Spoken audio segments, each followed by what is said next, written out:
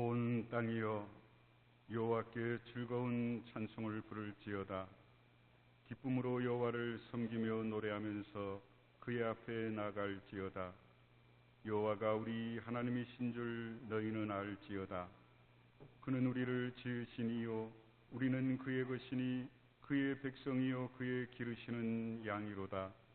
감사함으로 그의 문에 들어가며 찬송함으로 그의 궁정에 들어가서 그에게 감사하며 그의 이름을 송축할지어다. 아멘.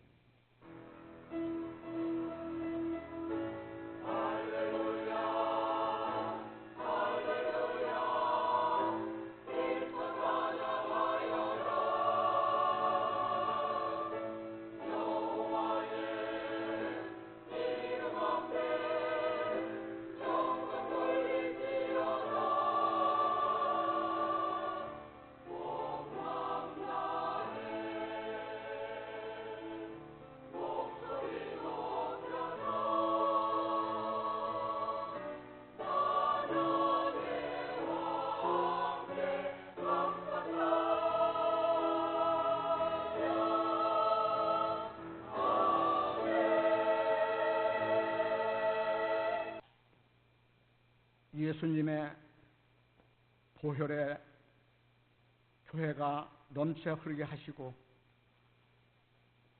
아버지 우리의 예배를 받아 주시옵소서. 아버지 감사하오며 찬양과 영광을 드립니다. 그리스도의 보혈로 씻음받고 주님 앞에 올라왔습니다. 저희들에게 영광을 취하시옵소서. 하나님 회개합니다. 하나님 일을 생각지 않고 죄를 용서해 주시옵소서. 사람의 일만 생각하고 이 땅에서 유익한 마음에 내어준 죄를 용서해 주시옵소서. 악하고 음란한 이때 저희들에게 더욱 부르짖는 간구의 소리가 있게 하여 주시옵소서. 하나님이 우리를 복덩이로 살게 하셨습니다. 하나님과 동등하게 지으시고 생육하고 번성하고 충만하고 정복하라 그리고 다스리라 명령하셨고 하나님과 가까이 간구하면 하나님께서 친해지시며 우리에게 복을 주신다고 했습니다. 기도하면 응답하신다고 했습니다. 길을 인도해 주신다고 했습니다. 하나님이 책임져 주신다고 했습니다. 하나님이 나의 보증이 되신다고 약속하셨습니다. 우리가 하나님을 경외하면 소원을 이루어지리라 말씀하셨고 하나님을 사랑하면 보호해 주신다고 하셨습니다.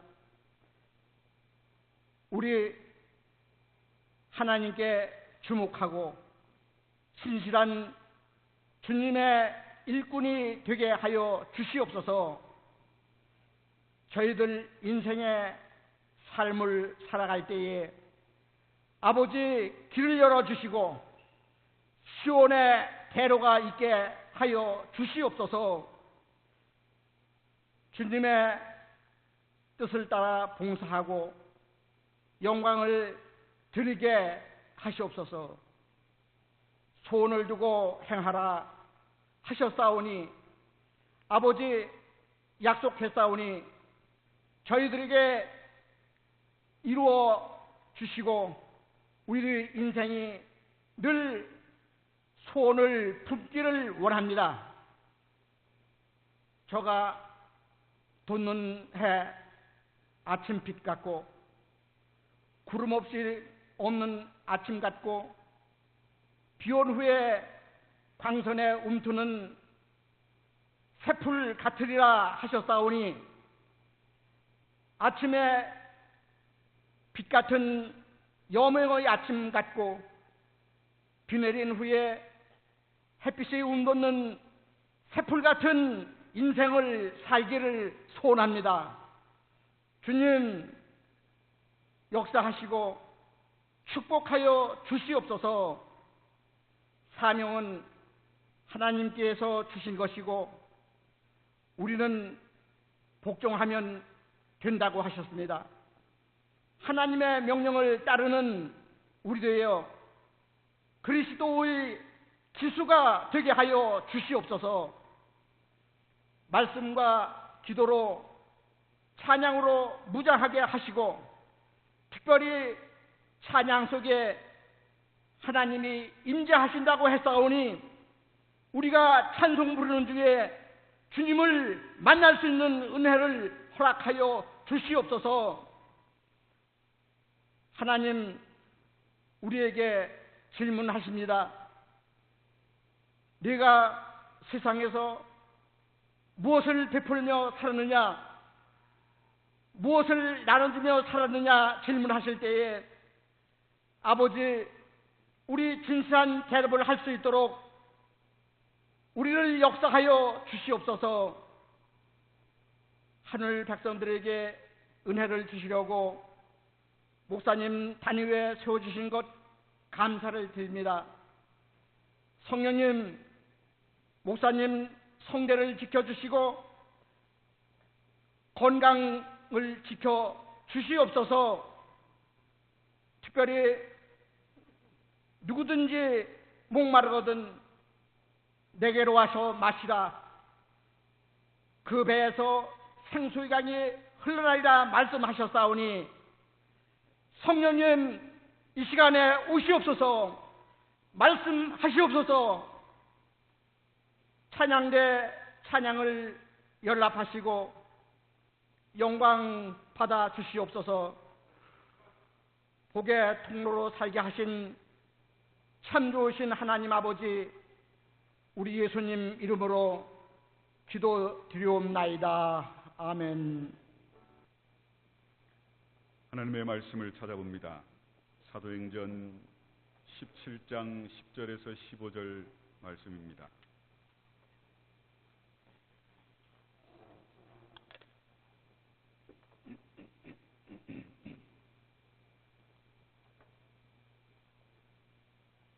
신약성경 218페이지 근처에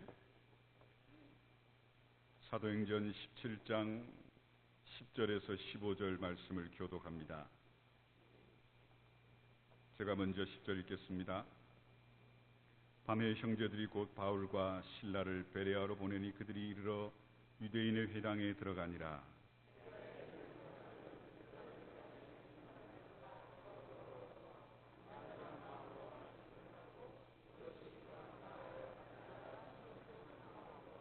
그 중에 믿는 사람이 많고 또 헬라의 귀부인과 남자가 적지 아니하나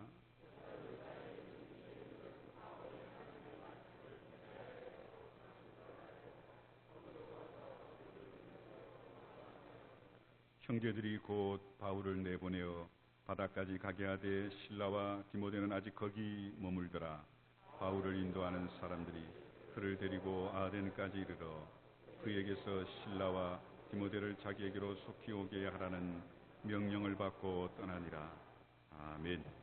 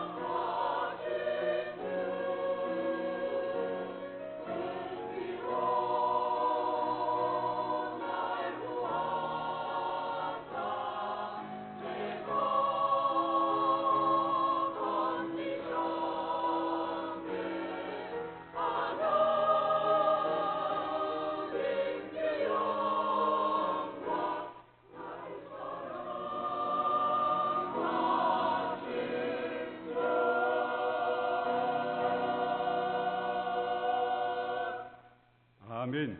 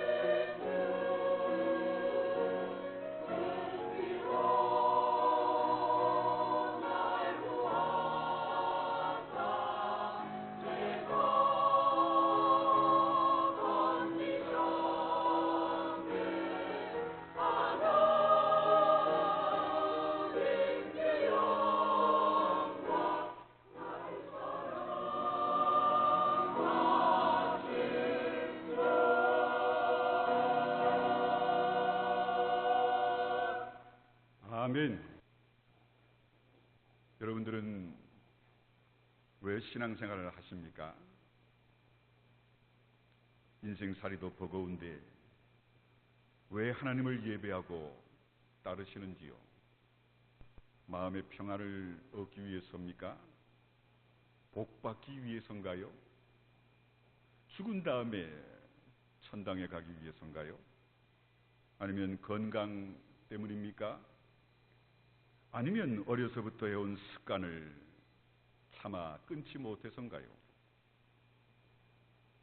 아닙니다. 우리가 신앙생활하고 이 시간 하나님 앞에 나와 예배하는 이유는 분명합니다. 하나님이 온 세상을 창조한 분이시고 하나님이 창조하신 세상에 내가 살고 있기 때문입니다. 만일 우리가 하나님의 피조물이 아니고 하나님이 창조하신 세계에서 살지 않는다면 굳이 하나님을 예배하고 믿고 따를 이유가 없지요. 내가 만든 지구에서 내가 만든 태양빛을 받고 내가 만든 꽃과 나비, 풀, 나무와 함께 사는데 내가 만든 쌀을 먹고 사는데 하나님을 예배할 이유가 어디에 있겠습니까? 우리가 하나님을 예배하는 첫 번째 이유는 그분이 만든 세상에서 살고 있기 때문입니다. 또 우리가 신앙생활하고 하나님을 예배하는 이유는 우리가 하나님의 형상을 따라 지음받은 피조물이기 때문입니다. 우리 안에 하나님의 형상이 있기에 하나님과 대화하고 살아야 되는 거고 하나님의 뜻을 헤아리며 살아야 하는 겁니다. 만일 하나님의 형상을 따라 지음받지 않았다면 무엇 때문에 하나님의 뜻을 헤아리며 살겠습니까? 여러분 집에서 키우는 고양이나 강아지들이 내가 왜 살아야 하나? 오늘 어떻게 살아야 하나? 내가 어떻게 하나님께 영광 돌리나? 그렇게 속삭입니까? 저들은 그냥 살기만 합니다. 그런데 하나님의 형상을 따라 지음 받은 우리 인간은요, 열심히 사는 것으로만 부족하기에 한 걸음 더 나아가 하나님을 예배하고 또 찬양하며 그 뜻을 받들고 살려고 하는 건 우리가 하나님의 형상 따라 지음받은 세상의 유일한 피조물이기 때문입니다. 또 우리가 신앙생활하고 하나님을 예배하는 이유는 우리에게 구원이 절실하게 필요하기 때문입니다. 구원이 절실한 이유는 우리 안에 있는 하나님의 형상이 회복되어야 하기 때문입니다. 사실 인간이 타락하지 않았다면 신앙생활 할 필요도 예배도 할 필요도 없었을 겁니다. 그런데 우리는 타락했기에 또 아담과 하와의 그 타락의 그 원죄성을 우리는 다 부패성을 다 타고났기에 멸망의 자리에 떨어졌기에 죽음을 살고 있기에 신앙생활을 해야 하는 겁니다.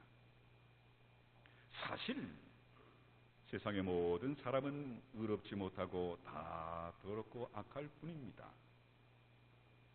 미덕이라는 게 없진 않지만 사는 게 곧 죄 짓는 것이라고 해야 할 만큼 인간이란 존재는 참 죄악으로 타락한 모습들을 삽니다.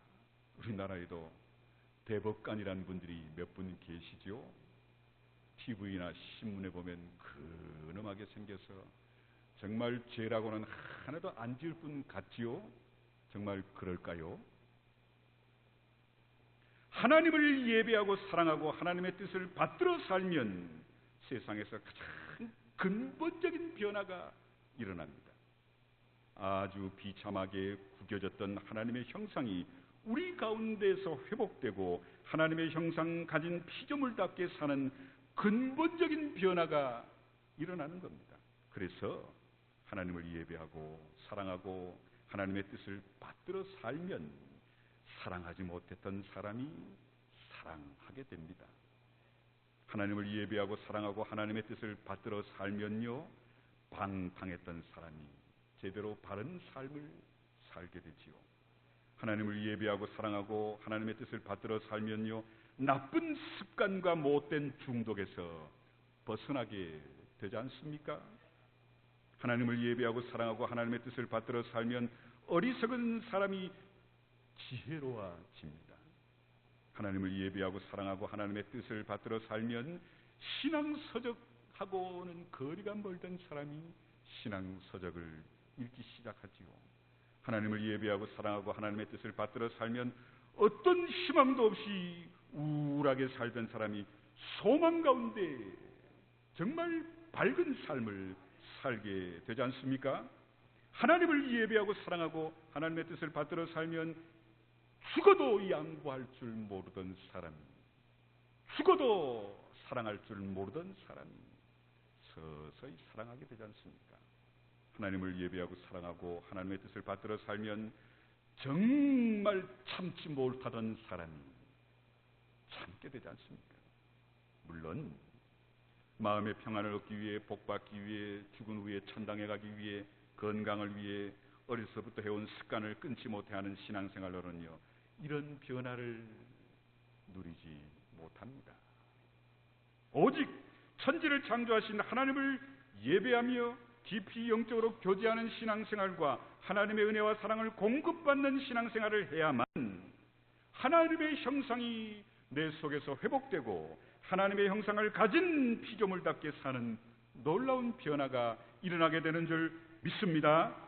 그렇습니다. 성도 여러분, 진정한 신앙생활을 하면 존재와 삶의 근본적인 변화가 일어나게 되는 줄 믿습니다. 진정한 신앙생활을 하면 흥그러졌던 삶이 반듯하게 정돈되고 무기력했던 삶이 활력을 되찾게 됨을 믿으시길 바랍니다. 진정한 신앙생활을 하면 우리 안에 있던 못된 모습들이 조금씩 빠져나가고 선하고 아름다운 하나님의 형상이 점차적으로 회복될 줄 믿습니다. 바로 우리 삶에서 일어나는 이런 변화와 변혁이 구원임을 믿으셔야 합니다. 그리고 이 구원이 완성된 것이 곧 영생임을 믿으십시오. 우린 구원과 영생을 단지 영원히 사는 것으로 생각하는데 그렇지 않습니다. 하나님의 생명을 사는 게 영생이고요, 하나님의 형상을 가진 자답게 살고 하나님의 뜻에 응답하며 사는 게 구원임을 믿으시길 간절히 축원합니다. 하나님의 나라는 죽은 다음에 영원한 그곳에서만 누리는 게 아닙니다. 내가 예수 믿고 구원받고 사는 이 땅에서, 인생의 삶에서도 하나님의 나라를 우리는 이루어야 하고 또 체험해야만 하는 것이 진정한 신앙인의 삶임을 깨달으시길 축원합니다. 창조가 온통 선물이듯 구원과 영생은요, 하나님의 선물이지요. 그런데요, 구원과 영생은 선물과 공짜지만 동시에 이건 우리가 해야 할 일이 있습니다. 세상 만세가 다 그렇지요. 물은 공짜입니다. 하늘에서 비가 오지요. 그러나 그것 길어 먹어야 합니다. 공기 공짜입니다. 호흡해야 누릴 수 있죠. 땅도 공짜지만 일궈야 수확을 얻지 않습니까? 빛도 공짜지만 빛으로 나가야만 빛의 유익을 누리지 않습니까? 나라는 존재도 공짜지만 내 몸으로 운동하고 공부하고 영양 섭취하고 관리하고 나라는 존재를 가꿔야만 공짜로 주어진 나라는 존재를 유익하게 누리며 건강하게 살면서 하나님께 영광 돌릴 수 있는 겁니다. 세상 만사가 다 그렇습니다. 성도 여러분, 구원과 영생도 마찬가지입니다. 세상 모든 게 공짜듯 구원과 영생은 공짜입니다.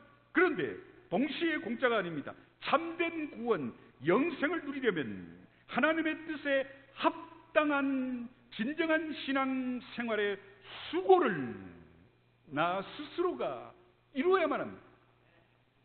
우리가 구원과 영생이라는 선물을 풍성하게 누리려면 신앙생활을 잘 해야 되는데요. 신앙생활에는 두 가지 영역이 있습니다. 바로 공적 신앙생활과 사적 신앙생활입니다.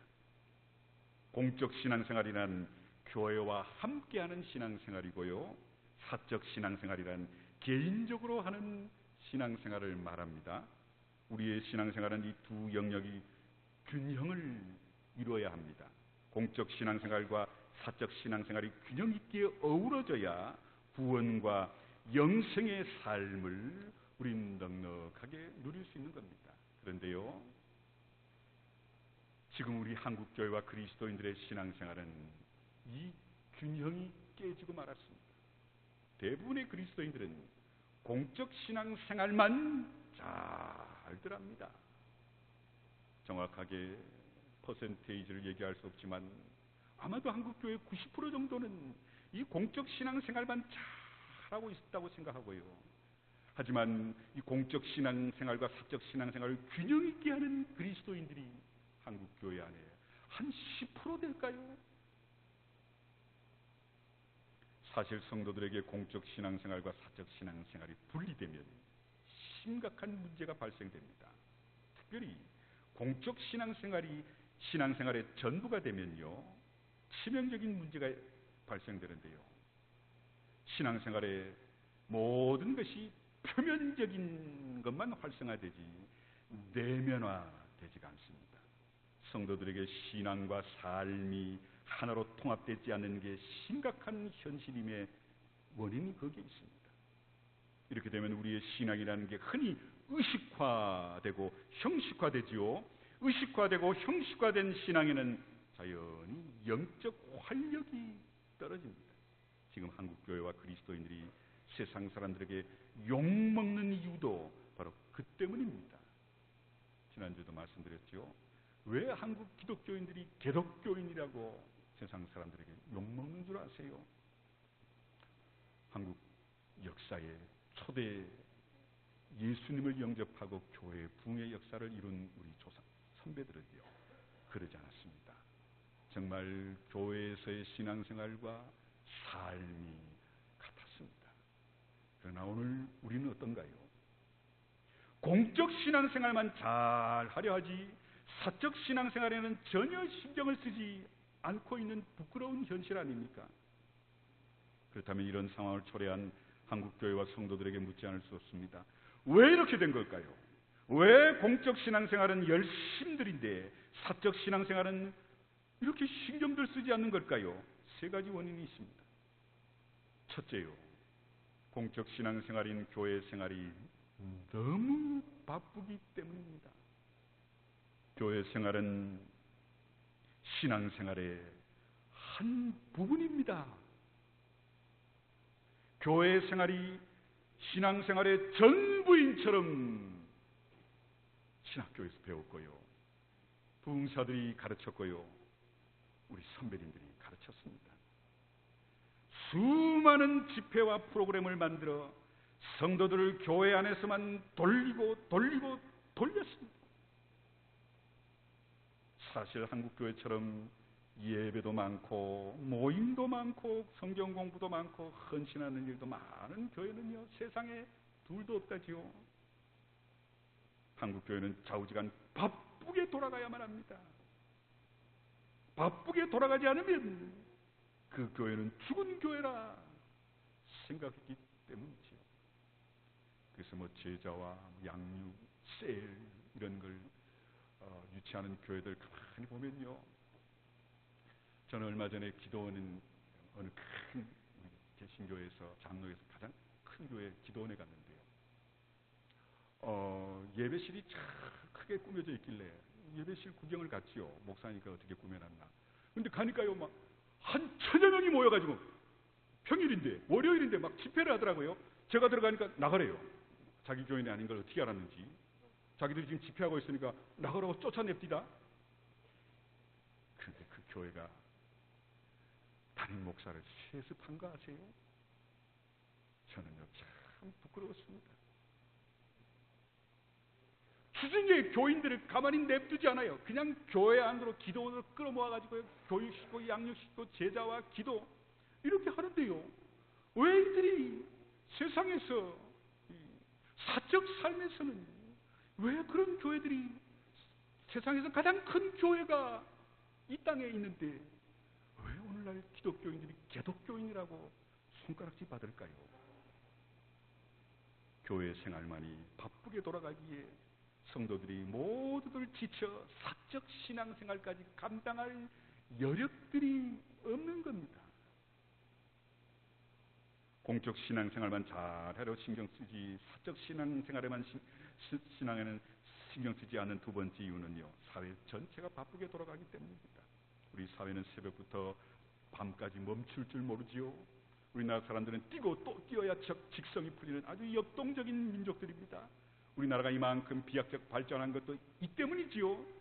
반대로 우리 사회가 지나치게 역동적인 사회였기에 사적 신앙생활을 제대로 할 여유가 없었지 않았나 판단합니다. 공적 신앙생활만 잘 하려고 신경 쓰지 사적 신앙생활에는 신경 쓰지 않은 세 번째 이유는요, 스스로 학습하는 습관이 몸에 배어있지 않기 때문입니다. 우리는 유치원부터 대학까지 주입식 교육을 받아왔습니다. 학교에 사는 것으로 부족해 방과 후 학원까지가 밤늦게까지 교육받지요. 스스로 학습하는 습관을 익힐 기회가 전혀 주어지지 않고 있습니다. 그래서 한국 사람은 학력은 높지만 대졸 젊은이들은 세상에서 가장 퍼센테이지가 높지만 스스로 학습하는 능력은 부족하는 나라로 평가받지요. 스스로 학습하는 게 몸에 배어있지 않기에 스스로 해야 하는 사적 신앙생활마저도 우리 성도들이 감당하지 못한다는 겁니다. 교회에서 모여라, 외쳐라, 공부하자, 시켜야만 잘하지 나가서는 넋을 놓고 있다는 겁니다.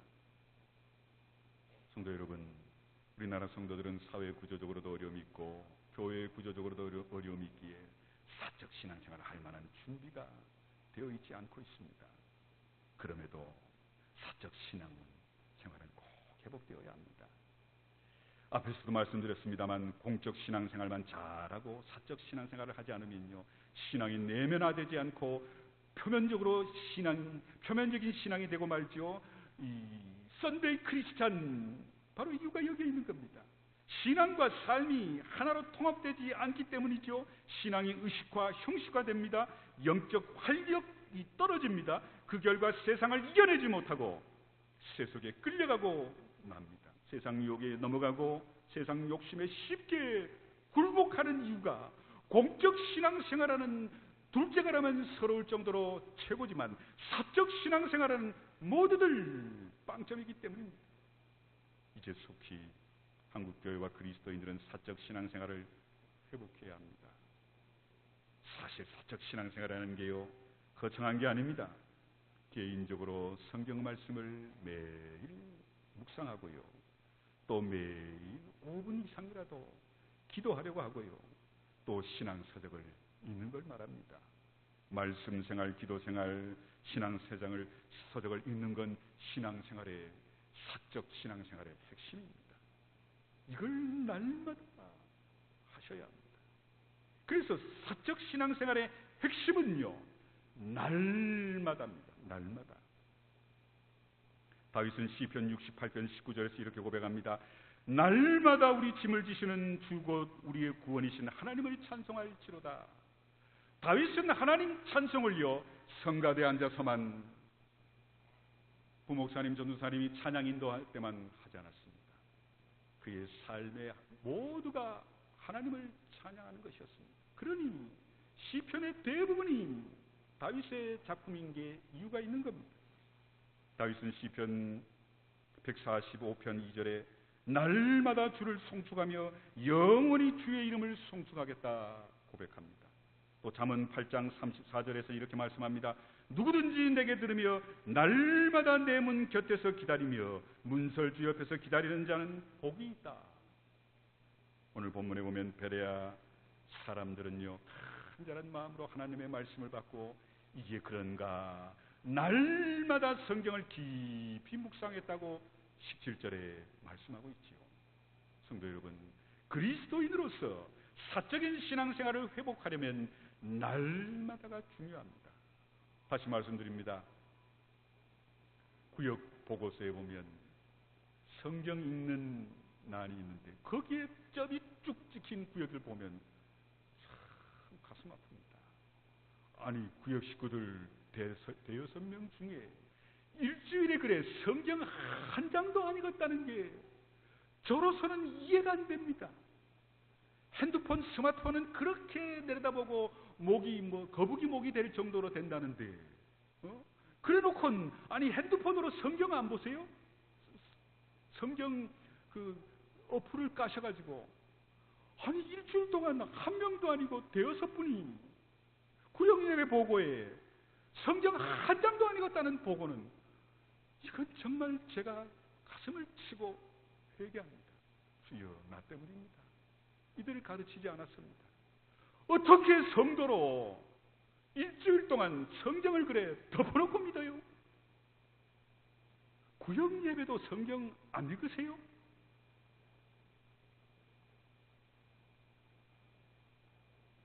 우린 피조물이죠. 피조물이란 스스로 사는 존재가 아니란 뜻입니다.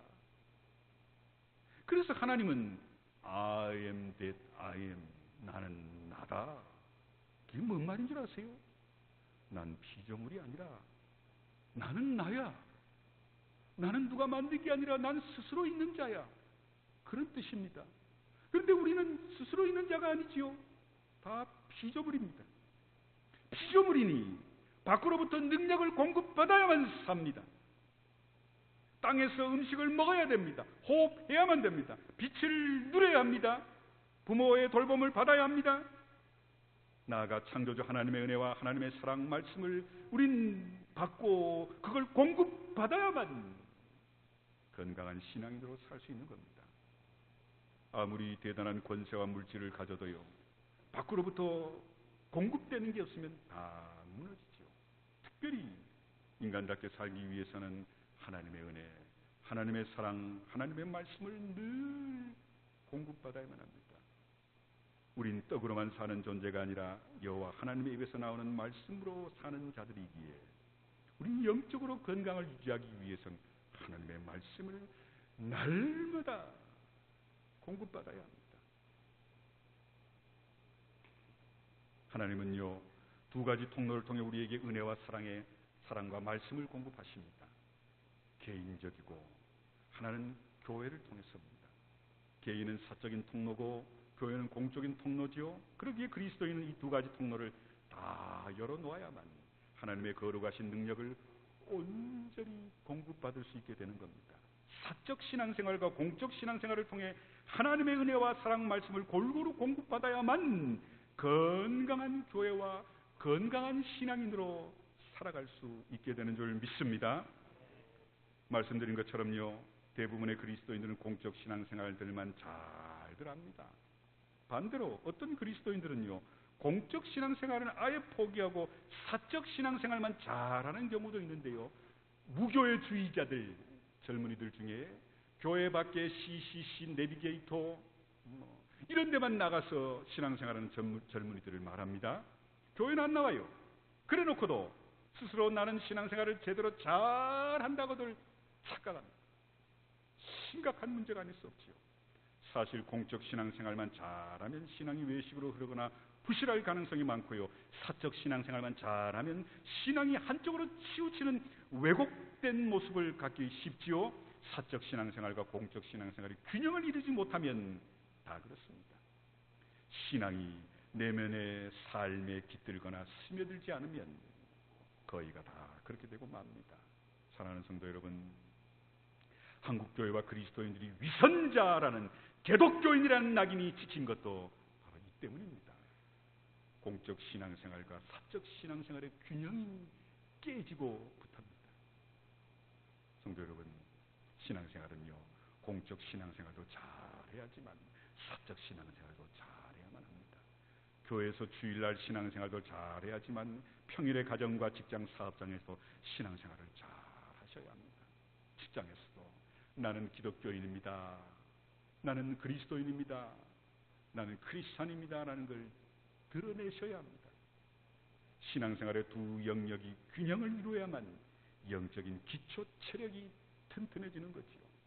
여러분, 속으로 질문할 테니까 대답해 보십시오.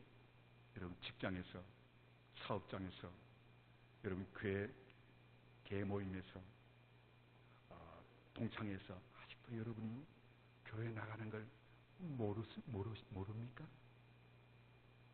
속으로 대답하십시오. 아직도 성공하고 있으세요?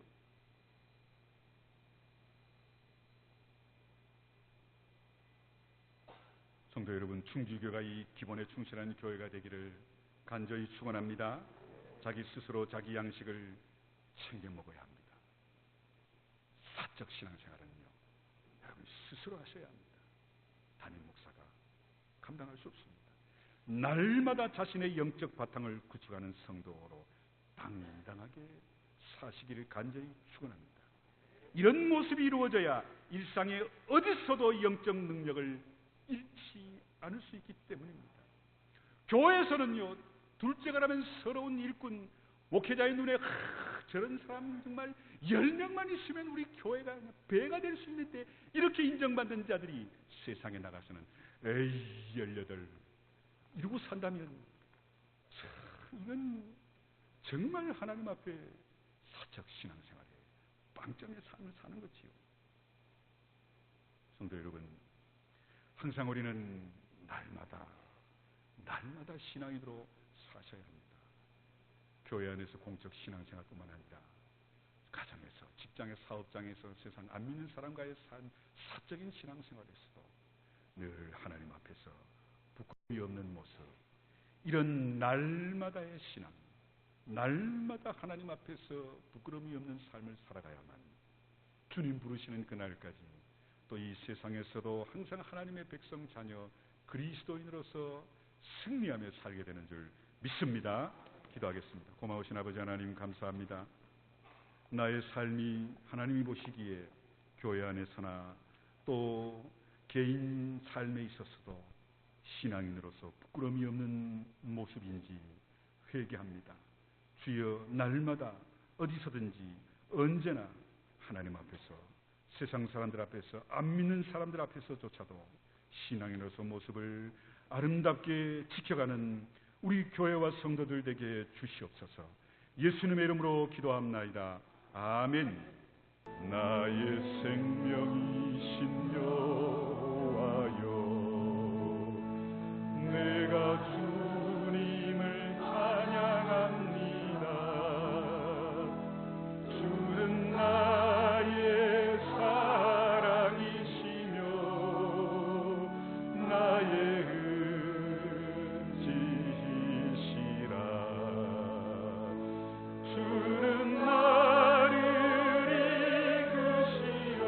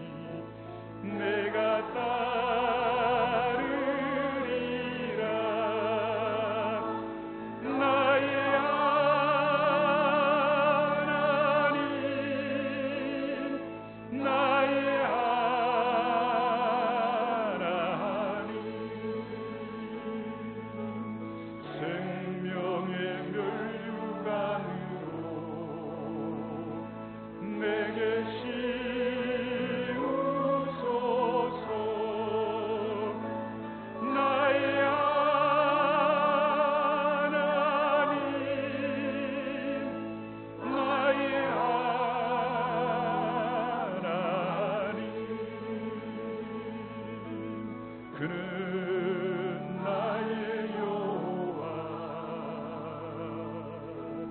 나의 구세주.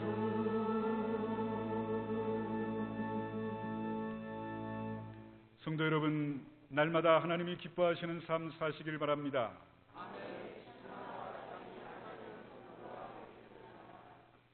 이제는 우리 주 예수 그리스도의 크신 은혜와 아버지 하나님의 그 놀라우신 사랑하심과 성령의 함께하심이 항상 어디서나 날마다 내 삶이 하나님 보시기에, 세상이 보기에 정말 아름답고 복된 삶이 되게 해 주옵시기를 간절히 축원하옵나이다. 아멘.